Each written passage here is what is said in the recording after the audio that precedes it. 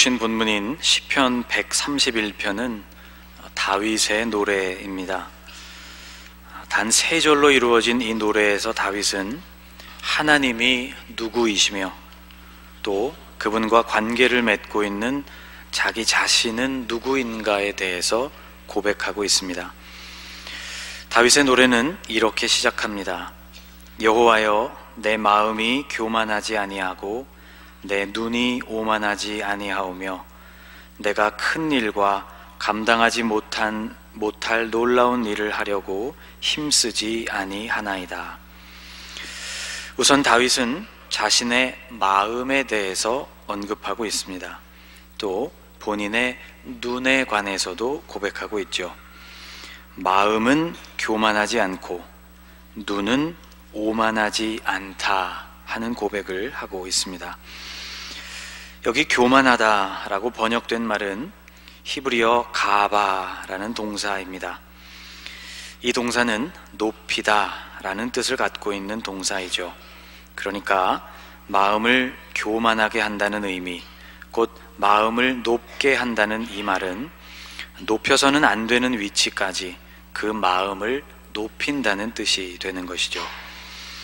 오만하다는 말은 히브리어 룸이라는 동사를 번역했습니다. 룸은 들어 올리다, 높이다 라는 가바와 비슷한 의미를 갖고 있는 동사이죠. 눈이 오만하다는 것은 곧 눈을 높이 든다는 의미인데, 눈을 높이 들어서 바라본다는 것은 마땅히 바라보아야 할 것 그 이상을 바라본다는 의미, 즉 분수를 넘어서 바랄 수 없는 곳을 향한다는 의미가 됩니다. 마음을 교만하게 하지 않고 눈을 오만하게 뜨지 않는다라는 그 의미를 다윗은 친절하게도 1절 뒷부분에서 다시 설명해 주고 있습니다. 1절을 다시 읽어보면 여호와여, 내 마음이 교만하지 아니하고 내 눈이 오만하지 아니하오며 내가 큰 일과 감당하지 못할 놀라운 일을 하려고 힘쓰지 아니하나이다 라고 고백하고 있습니다. 공동번역 성경이 이 1절을 아주 잘 풀어내고 있다고 생각을 하는데요, 공동번역으로 읽어보면 1절이 이렇게 되어 있습니다. 야훼여, 내 마음은 교만하지 않으며 내 눈 높은 데를 보지 않사옵니다. 나 거창한 길을 쫓지 아니하고 주제넘게 놀라운 일을 꿈꾸지도 않사옵니다. 그런데 다윗이 고백은 이렇게 하고 있지만 실제로 다윗의 생애가 어떠했는지를 우리는 잘 알고 있죠. 그의 생애에는 말 그대로 거창하고 놀라운 일들이 수없이 많았습니다. 우선 골리앗을 물리친 일만 해도 그렇죠. 당시 다윗의 나이는 형제들과의 관계 속에서 계산을 해볼 때 아무리 많게 그의 나이를 산정해도 15세를 넘기기 어렵다는 계산을 여러분과 이미 여러 차례 해보았습니다. 15세 소년이 키가 3m에 달하는 장수를 상대로 싸워서 승리를 거뒀다는 이 일이 거창하고 놀라운 일이 아니라면 또 무엇이겠습니까? 오죽했으면 사람들은 사울이 죽인 자는 천천히요, 다윗이 죽인 자는 만만이라고 노래를 불렀을까요? 다윗이 행한 일이 사람들의 눈에는 당연히 크고 놀라운 일로 보였습니다. 그런데 당시 다윗의 말이나 행동을 다시 찬찬히 들여다보면 그의 고백, 지금 시편 131편에서 고백하고 있는 그의 고백이 잘 들어맞는다는 것을 알 수 있습니다. 물론 시편 131편이 다윗의 생애 가운데 언제쯤 불린 노래인지 또 어떤 상황 속에서 부른 노래인지는 불확실합니다. 그러나 그의 고백이 그의 인생 전반에 걸쳐서 영향을 미치고 있다는 것은 분명한 사실이죠. 골리앗을 물리친 일은 다윗 스스로 생각할 때에도 그렇게 간단한 일이 아니었을 것입니다. 그런데 다윗은 그것을 대단한 일로 여기지는 않았습니다. 양떼를 지키기 위해서 사자와 싸우고 또 곰과 싸울 때에도 다윗과 함께 하셔서 그를 승리하게 하신 분은 하나님이셨습니다. 골리앗과의 싸움도 그와 다르지 않다는 것이 바로 다윗이 고백한 믿음이었죠. 골리앗 앞으로 나가면서 다윗은 사울 왕에게 이렇게 고백을 했습니다. 사무엘상 17장 37절에 나오는 말씀인데요, 여러분 함께 한번 읽어보겠습니다. 또 다윗이 이르되 여호와께서 나를 사자의 발톱과 곰의 발톱에서 건져내셨은즉 나를 이 블레셋 사람의 손에서도 건져내시리이다. 다윗은 이렇게 고백하고 엘라 골짜기로 내려가게 됐고 골리앗과 싸워서 결국 승리를 얻었습니다. 그런데 골리앗의 머리를 가지고 사울의 장막으로 돌아오고 있는 다윗의 모습 속에서는 분수에 넘치는 어떤 교만한 모습도 나와 있지를 않죠. 이어지는 57절 이하의 말씀이 이렇게 기록하고 있습니다. 다윗이 그 블레셋 사람을 죽이고 돌아올 때에 그 블레셋 사람의 머리가 그의 손에 있는 채 아브넬이 그를 사울 앞으로 인도하니 사울이 그에게 묻되 소년이여 누구의 아들이냐 하니 다윗이 대답하되 나는 주의 종 베들레헴 사람 이새의 아들이니이다 하니라. 다윗의 표정이나 혹은 다윗의 행동에 관한 묘사가 없지만 그것이 없는 이유는 다윗이 그의 태도가 평소와 다름이 없었기 때문이 아니었을까 생각해 봅니다. 다윗은 사울왕의 질문에 그저 담담하게 대답할 뿐이었습니다. 저는 당신의 종 베들레헴 사람 이새의 아들일 뿐입니다. 그 후로도 다윗은 주제넘는 일을 꿈꾸지 않았습니다. 사울왕은 이 다윗을 사위로 삼으려고 했죠. 사무엘상 18장으로 가보면 다윗에게 사울이 이렇게 말하는 장면이 나옵니다. 사울이 다윗에게 이르되 내 맏딸 메랍을 내게 아내로 주리니 오직 너는 나를 위하여 용기를 내어 여호와의 싸움을 싸우라 하니. 그러나 다윗은 왕이 제안하는 이 좋은 제안을 거절했습니다. 거절하면서 그는 이렇게 말했죠. 18절을 같이 한번 읽어볼까요? 다윗이 사울에게 이르되 내가 누구며 이스라엘 중에 내 친속이나 내 아버지의 집이 무엇이기에 내가 왕의 사위가 되리이까 하였더니. 자신의 집안은 작은 마을 베들레헴의 자리를 잡고 살아가는 지극히 평범한 집안이라는 것, 어떻게 그런 집안이 왕과 사돈 관계가 될 수 있겠느냐는 대답이었죠. 여러분, 왕의 사위가 된다면 다윗으로서는 얼마나 좋은 일이었을까요? 그는 얼마나 든든한 배경을 갖게 되는 것이었겠습니까? 그러나 다윗은 스스로의 마음을 높이지 않았고 스스로의 눈을 바랄 수 없는 곳을 향해 올려다보지를 않았습니다. 다윗은 자신의 분수를 지키는 사람, 마땅히 바라야 할 것 그 이상을 추구하지 않는 사람이었던 것이죠. 이런 태도는 사울 왕에게 미움을 받고 쫓김을 당할 때에도 그대로 나타났습니다. 요즘으로 말한다면 다윗은 정당방위로 사울을 죽일 수도 있었습니다. 누가 보아도 사울이 다윗을 찾아 죽이려는 데에는 개인적인 이기심 외에는 합당한 이유가 없었기 때문이죠.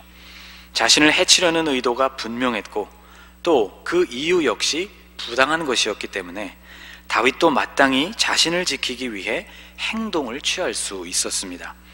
오히려 다윗의 동료들은 이런 생각이 더욱 분명했죠. 잠들어 있는 사울의 머리맡에서 아비새는 다윗에게 이렇게 말했습니다. 아비새가 다윗에게 이르되 하나님이 오늘 당신의 원수를 당신의 손에 넘기셨나이다. 그러므로 청하오니 내가 창으로 그를 찔러서 단번에 땅에 꽂게 하소서. 내가 그를 2번 찌를 것이 없으리이다. 그러나 다윗은 이렇게 대답하죠. 9절 말씀을 같이 한번 읽어볼까요? 다윗이 아비새에게 이르되 죽이지 말라. 누구든지 손을 들어 여호와의 기름 부음 받은 자를 치면 죄가 없겠느냐 하고. 사울은 무고한 다윗의 생명을 찾아서 죽이려는 원수가 틀림없었습니다. 그러나 다른 한편으로 그는 기름 부음을 받은 한 나라의 왕이었죠. 그를 기름 부어 왕으로 세우신 분은 다름 아닌 하나님이셨습니다. 다윗에게도 단번에 원수를 갚고 자유하고 싶은 마음이 간절했을 것입니다. 또 기름 부음이라는 것은 사울 왕뿐만 아니라 다윗 자신에게도 있었던 일이죠. 그런데도 다윗은 사울을 세우신 하나님의 주권을 넘어서는 어떤 행동도 하지 않으려고 애를 썼습니다. 그의 마음도 그의 시선도 자신이 머물러야 하는 자리를 떠나지 않았고 자신의 분수를 지켰던 것이죠. 그러나 다윗의 일생 전체를 살펴보면 그도 역시 사람이었습니다. 이러한 삶의 태도가 흔들려서 다윗의 모든 것이 송두리째 흔들린 때도 있었죠. 그는 바라서는 안 될 것을 바라고 취해서는 안 될 것을 취한 적이 또 여러 번 있습니다. 그 중에 대표적인 일이 다른 사람의 아내, 그것도 자신의 충직한 부하였던 우리아의 아내를 취했던 일입니다. 옥상을 거닐면서 아름다운 여인이 목욕하는 장면을 우연히 보게 된 것은 의도된 잘못이 아니었을 것입니다. 그러나 그 후로 다윗의 마음은 흔들리게 되었고 결국 자신의 분수를 넘어서고 말았습니다. 밧세바를 취한 결과로 한 가정이 파괴됐습니다. 남편과 아내는 나뉘게 되었고 본 남편이었던 우리아는 다윗의 간계로 인해서 죽음을 맞게 되었죠. 우리아의 가정만 파괴된 것이 아니었습니다. 다윗 본인의 가정 역시 심각한 위기를 겪게 됐죠. 이후로 다윗의 집안에서는 칼로 말미암은 비극이 끊임없이 일어나야 했습니다.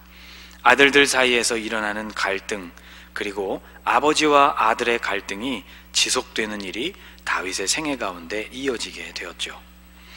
다윗이 시편 131편을 언제 지어 불렀는지 모르겠지만 결론적으로는 그의 일생에서 일어난 모든 일들을 설명해주는 노래가 된 셈입니다.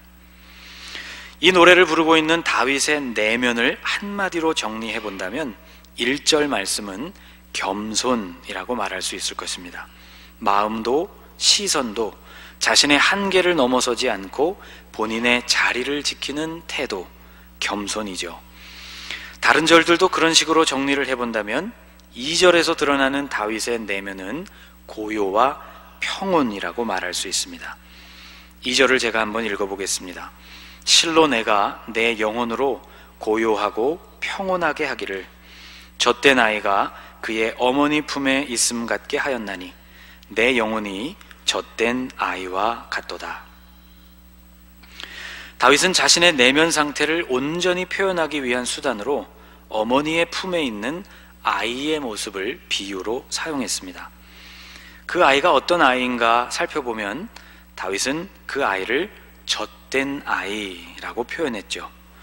이 젖된 아이를 단순하게 생각해 본다면 어머니의 젖을 흡족하게 먹고 막 잠이 든 아이라고 우선 생각해 볼 수 있습니다. 아기에게 필요한 모든 것은 어머니로부터 제공되죠. 다윗의 영혼은 이와 같이 하나님께서 그에게 주시는 것으로 만족했다는 의미가 되는 것입니다. 마음을 높이 들어서 교만해질 이유도 없고 하나님께서 모든 것들을 충분히 공급해 주시니 눈을 높이 들어서 분에 넘치는 것을 바랄 이유도 없는 것이죠. 하나님께서 다윗의 만족함이 되신다는 고백이 되는 것입니다. 그런데 여기서 젖을 때다 라는 말을 좀 더 자세히 살펴보면 이 젖을 때다 라는 말은 히브리어 가말이라는 동사입니다. 이 가말이라는 동사는 그 단어적 의미를 살펴보면 한자로 이유, 곧 엄마의 젖을 먹는 일을 그친다는 의미입니다. 그렇게 본다면 젖을 뗀다는 것은 이제 더 이상 젖을 먹지 않아도 될 만큼 아이가 자랐다는 것을 뜻하죠. 자, 그렇다면 젖을 뗀 아이는 어째서 아직도 엄마 품에 있는 것일까? 이 아이는 엄마 품에서 더 이상 모유를 원하는 것이 아닙니다. 전에는 배고픔을 해소하기 위해서 엄마가 필요했죠. 엄마란 곧 젖을 주는 존재였습니다. 그런데 이제는 젖을 얻기 위해서가 아니고 어머니의 품, 그 자체가 가지는 따뜻함과 사랑을 원하여서 그 품 안에 있다는 의미가 되는 것이죠. 이 경우에 젖이란 인생에 필요한 어떤 것이라고도 볼 수 있습니다. 여러분, 우리는 돈도 필요하고 취직도 해야 하고 진급도 해야 하고 결혼도 해야 합니다. 건강도 유지되기를 원하고 사회적으로 성공을 거두기도 원하죠. 삶에서 필요한 모든 것을 우리는 하나님께 구하면서 살아갑니다. 하나님은 우리의 아버지이시기 때문에 물론 그 필요들을 채워주십니다. 그런데 하나님과 참된 영적 관계를 맺은 사람은 하나님께서 무엇을 주시기 때문에 그분의 품을 찾는 것이 아니라 그 품 자체가 주는 은혜를 바라면서 그분께 나아가는 사람인 것이죠. 다윗은 평범한 목동의 삶을 살아보았던 사람, 골리앗을 물리친 민족의 영웅이 되어보았던 사람, 왕에게 쫓기는 국가적인 죄인도 되어보았던 사람, 통일된 이스라엘을 다스리면서 이스라엘의 전성기를 누리기도 했던 다양한 삶의 모습을 살았던 사람입니다. 그런데 이렇게 다양한 환경에 처했던 다윗이었지만 언제 그리고 어디서나 그가 원했던 것은 항상 똑같았습니다.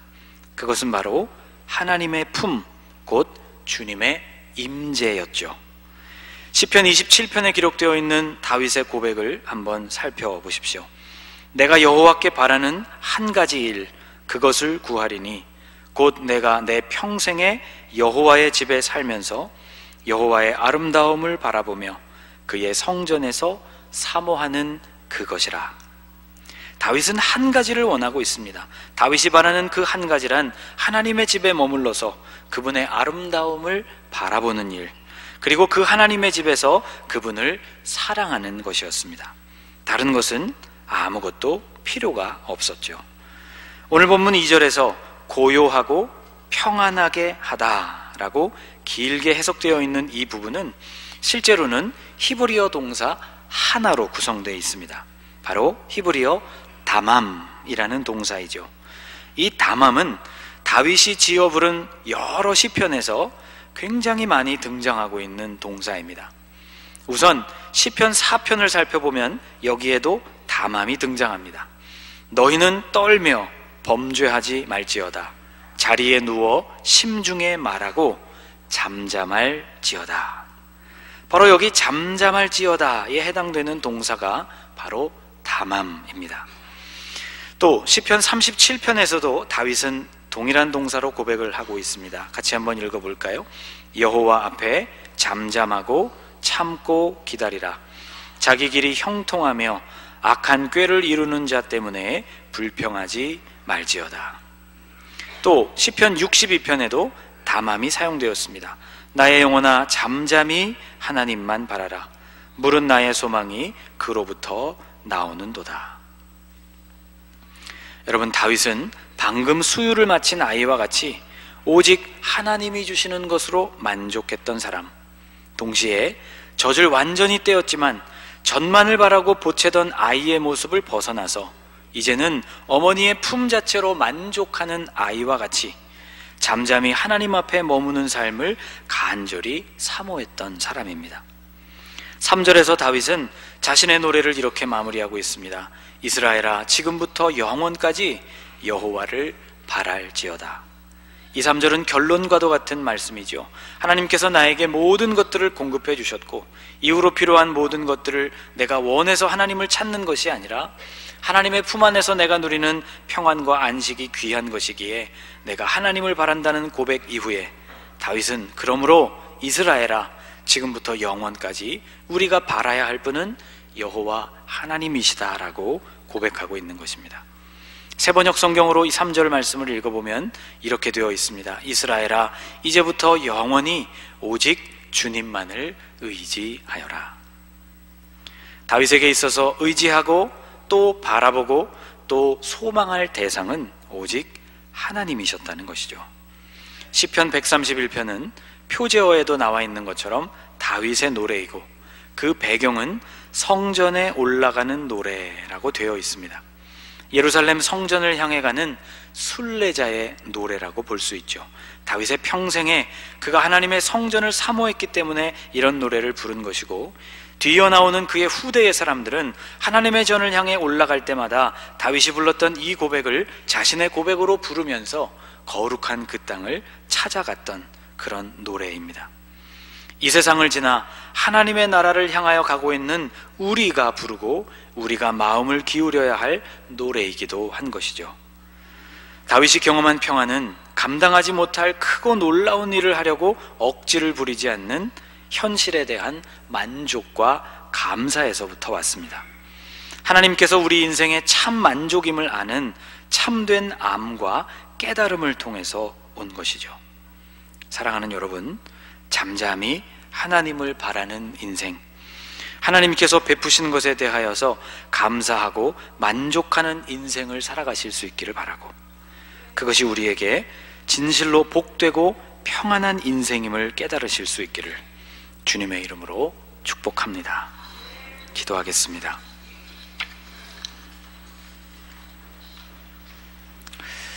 하나님, 우리의 마음을 붙들어 주셔서 그 마음을 높이지 않도록 하시고 우리의 눈을 또 사로잡아 주셔서 마땅히 바라보아야 할 것 그 이상을 향하지 않도록 우리의 눈을 붙들어 주시기를 원합니다. 큰 일, 감당하지 못할 놀라운 일을 해내는 것도 대단하겠지만 우리의 영혼이 주님 안에서 누리는 고요함과 평온함을 잃어버리지 않기를 원합니다. 잠잠히 주님을 바라는 일, 젖된 아이가 어머니의 품에 있는 것처럼 오직 주님이 우리의 삶의 기쁨과 만족임을 알게 하옵소서. 오늘 추수감사절을 맞은 우리의 심령이 이미 우리에게 허락하신 많은 것들로 인하여 감사하며 지금부터 영원까지 여호와 하나님만을 바랄 수 있는 심령들로 거듭날 수 있도록 은혜를 허락하여 주옵소서. 우리에게 한량없는 은혜를 더하여 주신 예수 그리스도의 이름으로 기도합니다. 아멘.